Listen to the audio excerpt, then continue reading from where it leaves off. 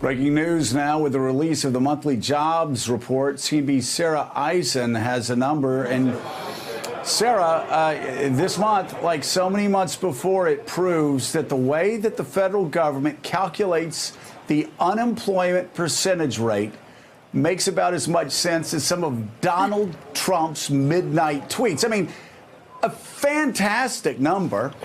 And yet, predictably, the unemployment rate goes up. Explain.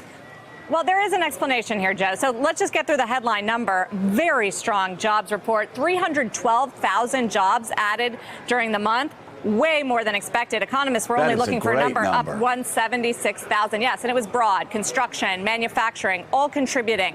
Wages were also very good. They were up 3.2% from last year. Stronger than expected. Shows that people are getting paid more. The unemployment rate, as you note, did rise to 3.9%.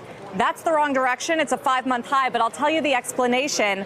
More people are out there looking for jobs because the labor force participation rate rose to 63.1%. That's the highest since September 2017.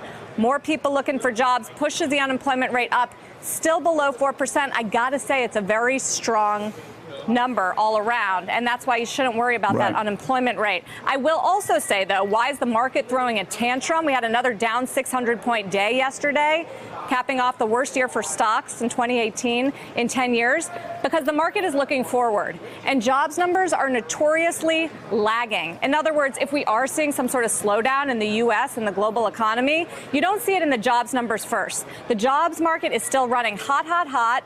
It's a very strong report. It's something the president can tout. However, if you look at more forward-looking indicators, Joe, like manufacturing numbers, for instance, it tells a different picture. It tells a picture of a growth that is slowing, and that is what the market has caught on to. Look at Apple warning on its China sales. The trade war is starting to really catch up with these companies, and that's why the market is so nervous about 2019.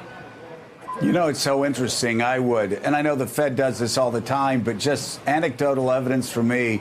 One of my supporters ran short line railroads.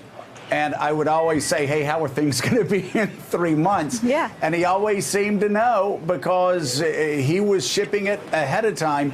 So you're saying that these great job numbers may be a lagging indicator, and we still may be having weakness in the sectors that we've been reading about over the past couple months? Absolutely, because you're seeing it across stocks, bonds, currencies, and commodities. This picture of a global economy that is slowing, that is starting to infect the U.S. economy. To your point, Joe, we talk to CEOs on CNBC every single day.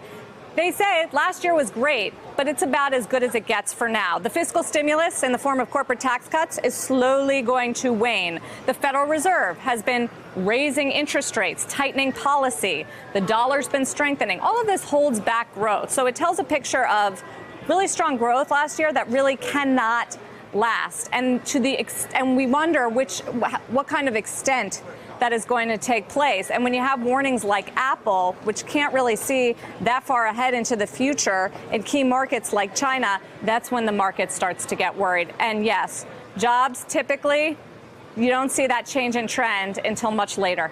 Thanks for checking out MSNBC on YouTube, and make sure you subscribe to stay up to date on the day's biggest stories. And you can click on any of the videos around us to watch more from Morning Joe and MSNBC. Thanks so much for watching.